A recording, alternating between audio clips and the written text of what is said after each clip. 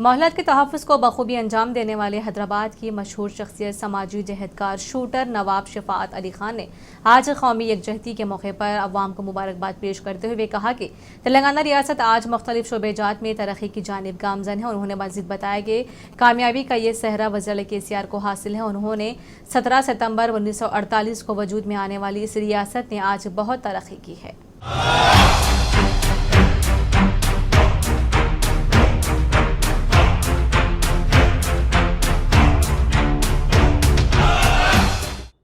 मैं नवाब शफ़ाअत अली ख़ान हूँ और हमारा ताल्लुक़ हैदराबाद से रहा कई जनरेशन से। और मेरे पड़नाना नवाब फ़खरुल मुल्क बहादुर थे, जो निज़ाम कॉलेज और इरम मंजिल पैलेस बनाए और बड़े से बड़े पोस्ट पे रहे। वो मिनिस्टर ऑफ पुलिस और जस्टिस थे निज़ाम के ज़माने में। और मैं जो है मैन एनिमल कॉन्फ्लिक्ट पे काम करता हूँ। कई आदमखोर शेर, रोग एलिफेंट्स जो आदमियों को मारते हैं, उनको हम अपनी सर्विस देते हैं। और मैं कई स्टेट्स का एडवाइज़र भी रह चुका हूँ, state board of wild life का मेंबर भी रह चुका हूँ। और एक सोशल सर्विस के जैसा हम काम करते हैं, गरीबों की मदद करना और किसानों की मदद करना। जहाँ भी तेलंगाना की गवर्नमेंट में भी हम जो ये जंगली सूअर जो खेती वगैरह तबाह कर रहे हैं, उस पैनल पे भी मैं हूँ। तो एक सोशल काम करने का हमारा वो है, एजेंडा है। आज जो नेशनल इंटीग्रेशन मनाया जा रहा है 20 सितंबर को, इससे मुताल्लिक़ आप क्या कहने वाले? देखिए, पर्सनली मैं तो बहुत खुश हूँ, क्योंकि जो सिस्टम था रूलर्स का, वो दुनिया में ख़त्म होते गया। रशिया में रेवोल्यूशन हुआ 1917 में, रशिया के ज़ार को लोग ख़त्म करे, वहाँ पे डेमोक्रेसी आई। तो डेमोक्रेसी तो आना ही था, वो जो था मुग़लों से जो चलता आया वो ख़त्म होना था, और वो ख़त्म हुआ। और आज हिंदुस्तान हमारा इतना तरक्की किया है, G20 समिट हो रहा है, US प्रेसिडेंट आ रहे हैं, दुनिया के सारे डेलीगेट आ रहे हैं। तो एक आज़ाद मुल्क का मैं जो एक मेंबर हूँ, मैं यहाँ का जो सिटीज़न हूँ, मैं आज सीना फुला के दुनिया में कहीं भी जा सकता हूँ कि मैं इंडियन हूँ। ये बड़ी खुशी की बात है हमारे लिए। वही आज जबकि मनाया जा रहा है नेशनल इंटीग्रेशन, मुख्तलिफ पार्टियां अपने हिसाब से कर रही हैं, क्या आपका क्या ख्याल है इस पे? देखिए, अंग्रेज़ जब जा रहे थे तो उनकी तो पॉलिसी डिवाइड एंड रूल की थी। आखिर तक वो निज़ाम को ये इंडिकेट करते रहे कि आप आज़ाद हो जाइए। वो नहीं चाह रहे थे कि हिंदुस्तान एक बड़ा मुल्क वो छोड़े। ईस्ट पाकिस्तान बन गया, वेस्ट पाकिस्तान बन गया, टुकड़े तो हो ही गए थे। तो ये जो है निज़ाम सरकार को ये कहते गए कि आप आज़ादी के लिए कोशिश करिए और हम आपका साथ देते हैं। आखिर में वो साथ नहीं दिए।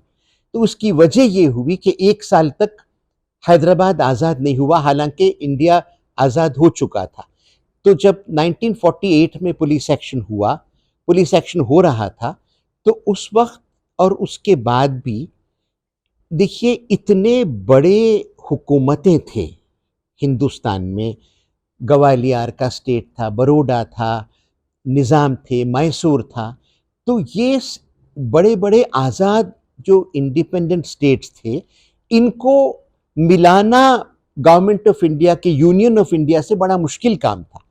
और उस वक्त मैं आपसे अर्ज़ करूं कि जितने रूलर्स थे, ये साथ दिए गवर्नमेंट ऑफ इंडिया का, और वो अपनी हुकूमतों को इंडियन यूनियन से मिलाए, वरना कभी भी हम आज़ादी का ख्वाब नहीं देख सकते थे।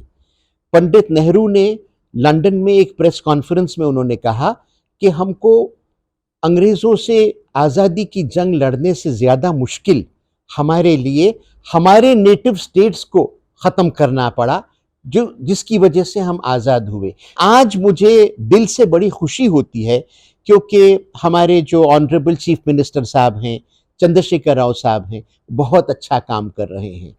आज जो तेलंगाना में 9 साल की ये हुकूमत ने जो काम की, वो ना कभी पहले हिस्ट्री में ऐसा काम हुआ था। आज आप कहीं जाइए, किसी डिस्ट्रिक्ट में जाइए, जो तरक्की है, जो डैम्स बने हैं, जो रोड्स बने हैं, इसका सेहरा मैं केसीआर साहब को देता हूँ। और ये बहुत अच्छा काम, बहुत तेलंगाना आज एक हिंदुस्तान का लीडिंग स्टेट बन गया है तेलंगाना।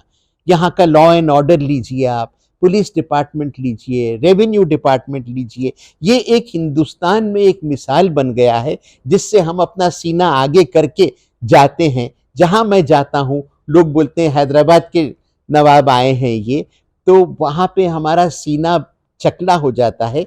हमारे स्टेट का, तेलंगाना का नाम इतना आज हिंदुस्तान में ऊंचा है। वाइल्ड एनिमल जो खेतों को नुकसान पहुंचाते हैं और दूसरे जो जानलेवा जानवर हैं आदमखोर, उसको बचाने में आपका एक्सपीरियंस कैसा रहा?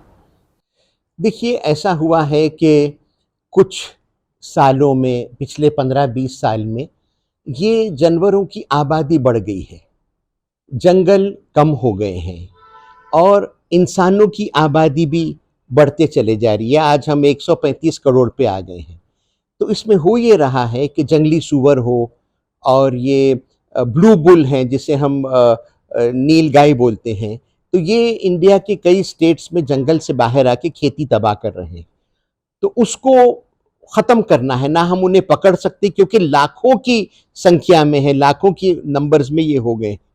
तो इनको जो है गवर्नमेंट स्पेसिफिकली एक शूटर्स पैनल बनाई है और उस पैनल के ज़रिए से जो है हम लोग काम करते हैं और इसका बड़ा अच्छा इम्पैक्ट हुआ है किसानों पे, लोगों पे। और खुसूस हम जो स्पेसिफिकली काम करते हैं वो आदमखोर के ऊपर करते हैं। अब महाराष्ट्र में एक टाइगरस 14 आदमियों को मार दी थी, अवनी नाम की, जिसको मेरा बेटा असगर जो है वो उसको शूट करे। सवाल ये पूछना चाहता हूँ कि ये जो जानवर मतलब पब्लिक में क्यों आ रहे हैं, क्या है, कौन सा इश्यू, कौन सा फैक्टर इसमें काम कर रहा है? देखिए, जानवर जब बढ़ जाते हैं, जितने रह सकते जंगल में, जब उससे उसका नंबर बढ़ जाता है तो ये बाहर आ जाते हैं क्योंकि उनको खाने के लिए जंगल में कुछ नहीं रहता है। जंगल के बाहर जो खेती होती है उसमें न्यूट्रिशियस फूड वैल्यू बहुत ज्यादा होती है। यानी हर्बीवोर्स की अगर हम बात करें, हिरन, चीतल, सुअर की, और टाइगर लेपर्ड की अगर हम बात करें तो वो हफ्ते में एक बार, 7 दिन में एक बार किल करता है। तो आप लेके चलिए मोटा मोटा कि टाइगर को 52 टाइम्स साल में खाने के लिए कुछ जानवर चाहिए। ये अगर उनको नहीं मिले श्रीसेलम के जंगल में या ताड़ोबा के जंगल में, तो ये बाहर आ जाते हैं गाय बैल खाने के लिए और वो गाय बैल को मारते मारते फिर आदमखोर बन जाते हैं, आदमियों को मारते हैं। ये डिफॉरेस्टेशन का भी उसमें कुछ असर हो सकता है? डिफॉरेस्टेशन तो नहीं हो रहा है, खुसूस तेलंगाना में तो हमारी सरकार बहुत काम कर रही है, हरित हरम और ये प्रोग्राम लगा के करोड़ों पेड़ लगाए हैं। मगर हो रहा है कि जानवर जो मल्टीप्लाई हो रहे हैं, जो बढ़ रहे हैं, उसका रेशियो जंगल लगाने के रेशियो से ज्यादा है। जितना हम जंगल लगा रहे हैं, जंगल कट भी रहा है, इंसानों की आबादी बढ़ रही है, लोग जंगल के करीब तक खेती कर रहे हैं। तो ये सारा आदमियों का प्रेशर और जानवरों के पॉपुलेशन का प्रेशर बढ़ गया है।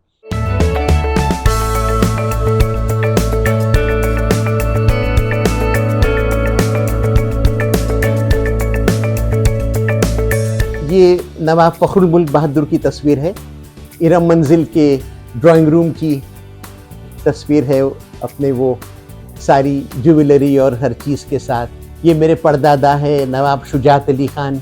ये इरम मंजिल की मेन स्टेयरकेस की तस्वीर है।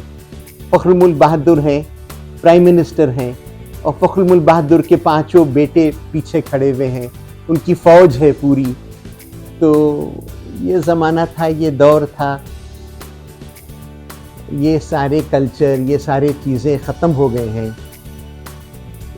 ये मैं हूँ जो टेंट पेगिंग में नेशनल चैम्पियनशिप जीता, इंडियन आर्मी के, एयरफोर्स के, गुजरात पुलिस के ख़िलाफ़ टेंट पेगिंग में नेशनल चैम्पियनशिप। ये मेरे वालिद हैं नवाब अरशद अली ख़ान। ये मेरे पड़नाना है नवाब शाहियार जंग बहादुर। और ये जो है मेरे वालिद की सालगिरह की तस्वीर है, ये मेरे वालिद हैं।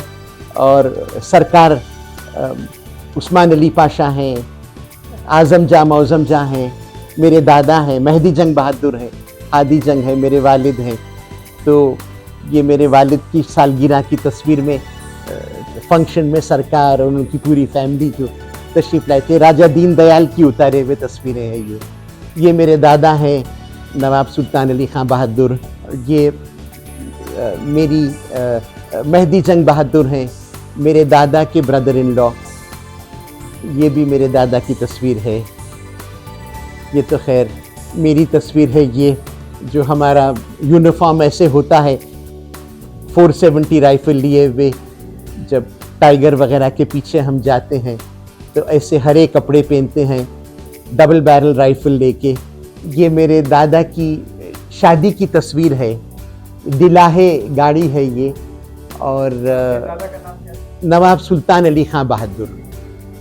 और ये उनकी शादी की तस्वीर है ये उनकी गाड़ी थी ऑबन, दादा और वालिद हैं।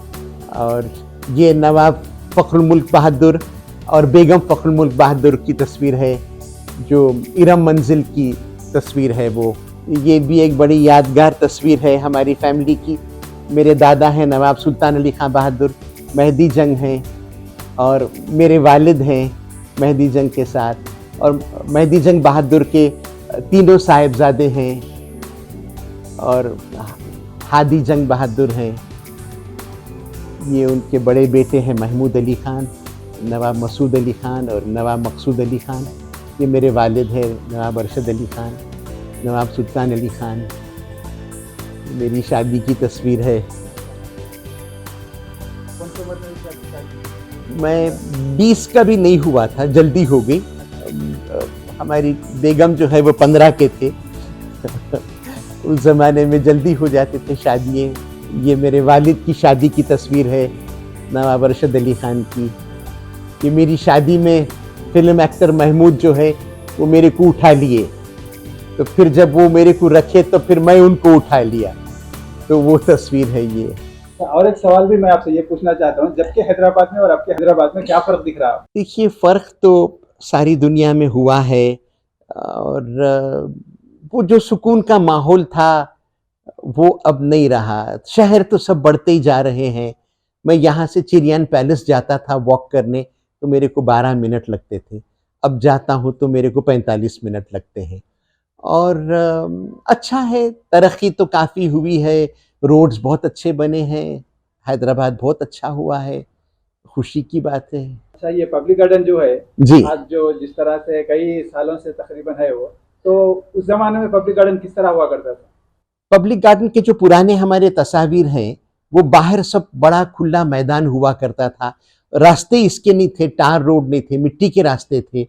और बाकी मेन बिल्डिंग वगैरह गेट तो वही था जो है, बाकी आगे पूरा खुला हिस्सा था। जो भी था वहाँ पर कुछ जानवर थे वहाँ पे, टाइगर वगैरह, बागे आम कहते थे उसको। और टाइगर वगैरह वहाँ पे थे। हमारे बचपने में यहाँ तक लकड़ी के पुल तक सुबह शेर पुकारने की आवाज़ आती थी।